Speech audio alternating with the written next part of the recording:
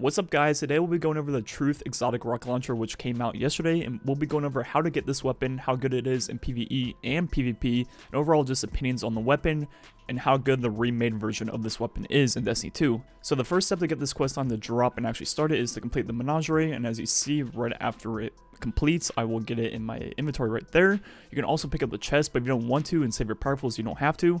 And the first step, as you see, is visit Petra. So after doing that, your first real step is to loot the Synod chest and the Synod challenge, which this week is in the spawn lost sector. Make sure you pop a tincture of Queen's Foil before you go in.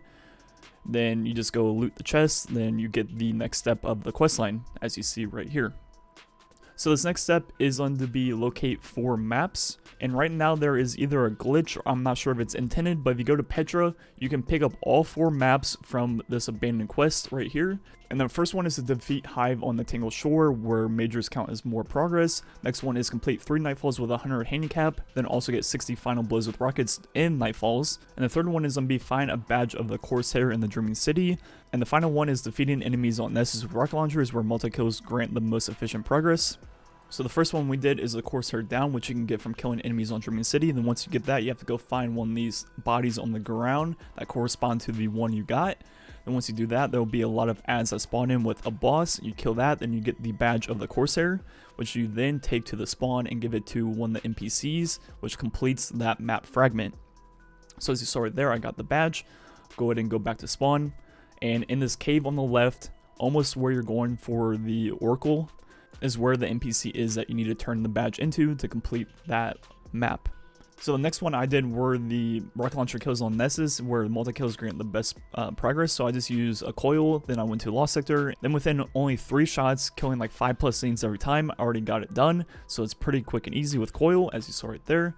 Then the next map fragment I did were the Hive on Tangled Shore and Sork's Cut, as you saw right there. In the Lost Sector, it's Hive, and you get roughly like 32 out of the 100% while clearing out this Lost Sector. So you have to do it 3 times, maybe kill like 1 day in patrol, and you're good to go. Last one is complete 3 Nightfalls with 100 handicap and also get 60 rocket launcher kills. So just go ahead and do that. Make sure you're getting like 20, maybe to 30 kills with rocket launchers each strike, then you'll be good on that too.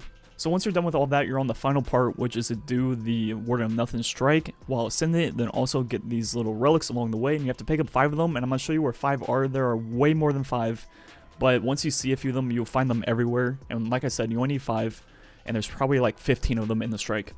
So as I'm showing you where the 5 that we got were, I'm sure you'll find other ones along the way, but feel free to just copy our exact path and get these 5 right here.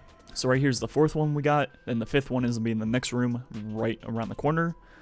And once you get the 5th one in the kill feed, it will say all platforms have been revealed, which means you're good to go, and you can just play through the strike normally. Then once you kill the boss, behind the boss where the chest spawns will be these platforms, and make sure you have to be ascendant at this point if you're not already, and you can go get this chest, and that's when you get Truth. So it's pretty easy questline, nothing too crazy. Now let's start actually talking about the weapon and breaking it down in both PvE and PvP. So first, exotic perk. This weapon's rockets have tracking, lock onto targets when aiming down sights, so pretty much normal tracking on rocket launchers. Then it also has volatile launch, high velocity rounds, grenade and horseshoes. Projectiles will detonate when they are within close proximity to their targets. Then it has the 3 tripod mag from Destiny 1 still. Also has max blast radius. So what does this weapon do in PvE? Well, it has proximity detonation, which means it will blow up near enemies. You don't actually have to hit them. Then it has that good truth tracking. And then let's look at the damage of this rocket. It hits 2164 and 7580 on this ogre. Now testing the rate of fire of the weapon, shooting off all 6 rockets, which is what you get at base. See how long that takes.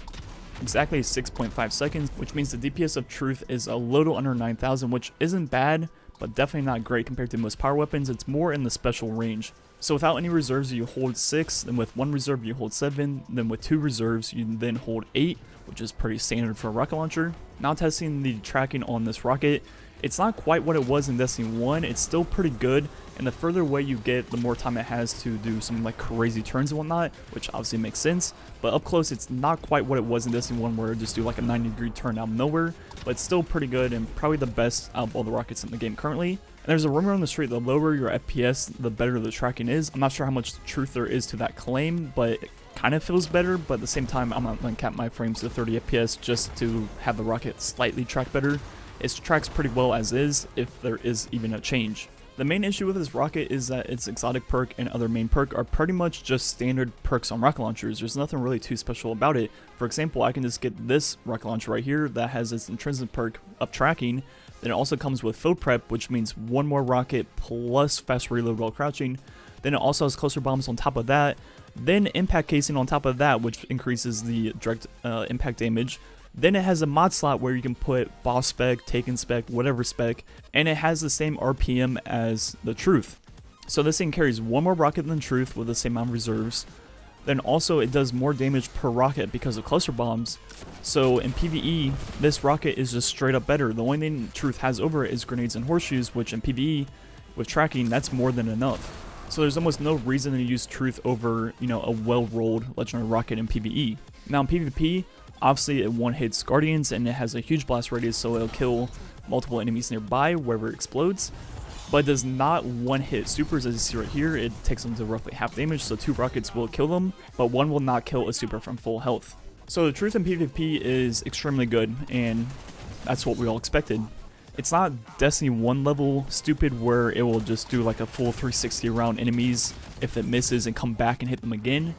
It's not quite that crazy, but it's still the best rocket launcher for PvP and probably one of the best power weapons in PvP in general. You could probably say machine guns are a little bit better on PC. I'm not sure about console because you can get more kills. But the Truth is pretty much guaranteed 3 free kills, if not more. It's pretty easy to get doubles and even triples with this thing if there are people all next to each other. So if you're not using an exotic primary or special, you may as well be using this because, like I said, it's very easy kills. And for the most part, it still feels like that Destiny 1 Truth where, you just lock onto someone and you flick it to the side and it'll go around a corner and all that good stuff. So it's pretty fun to use, very good in PvP.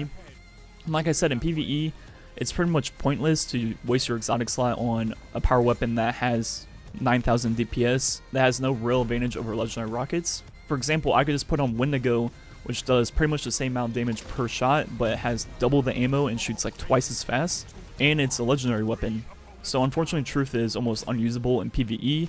Now I'm not saying it's bad. If you use it in PvE, you'll definitely get the job done. There's just a lot more efficient options if you're trying to be optimal. Overall, to be honest, I'd be lying if I didn't say I was a little bit disappointed in this weapon.